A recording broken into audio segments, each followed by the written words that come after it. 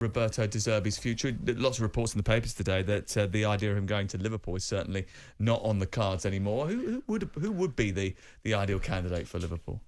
I don't think there's an ideal one, Sam. I mean, you're talking about following someone who has ticked every box. I talked about Alonso previously because I think he ticks a lot of the boxes, obviously without having the huge CV, if you like, or experience of a high-level managerial career. So there is no perfect candidate. Us three were in here just talking about it then. I mean, Tottenham fans wouldn't like it, but the way Ange plays, I think fans would like to see Liverpool continue playing that high-energy front foot way. That would be someone that a lot of people wouldn't mind seeing. I know he's a Liverpool fan, throwing it out there. But you're suggesting Postecoglou for Liverpool? Well, you're just asking me some options. No, I'm asking, yeah. Obviously, Amorim at Sporting Lisbon has been linked. I don't know enough about him or even how they play. I've read up, but I'd be lying if I knew too much. So, Ange, in terms of the football I've seen, I think I'd like to see that football Liverpool. But he seems like a loyal guy. Maybe he wouldn't even dream of moving because Tottenham have given this wonderful opportunity. What about you? Who do you think? I have no idea, Sam. No idea. There's no one that springs out at you? No, not to me. Danny mentioned Alonso. You'd have thought that would have been because he's got a history there. He's a really good player and he's doing very well as a manager. And he would be one that Klopp would... whoever steps in there to this job is going to find it really difficult because he is a really hard act to follow. And it didn't... and he's been there a number of years. He's like the latter day Bill Shankly in many aspects.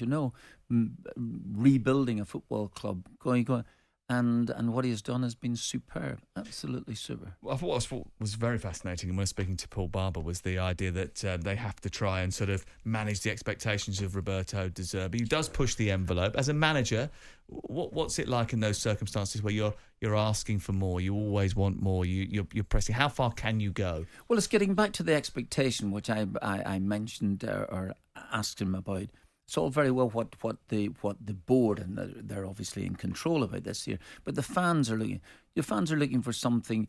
I went down there some years ago there to Brighton, as I said. I really treated brilliantly, and there was an excitement about the place, the stadium, and they were trying to get into the Premier League. They just failed one year, then the next year they made it. And there was great excitement about it. And then just staying up was going to be good enough. And then staying up the next year is going to be good enough. And then eventually you're going to have to move on. The expectation is at any football club is once you think you're established. And there's no guarantee that any of these sides outside the top six are ever established in this league. You start again the next year in the Premier League. You start again. You'd have to get X number of points to stay in this league. But I'm getting back to the point about expectation. So that's the whole point, because there is that. At Leicester City, even with Leicester, when we were at Filbert Street, we had, the stadium only held 21,000 people. But after we'd won a couple of League Cups and stayed in the top 10, there's the expectation for more. Jim White and Simon Jordan. Monday to Friday mornings from 10 on AM, on DAB, via the talkSPORT app and on your smart speaker. talkSPORT.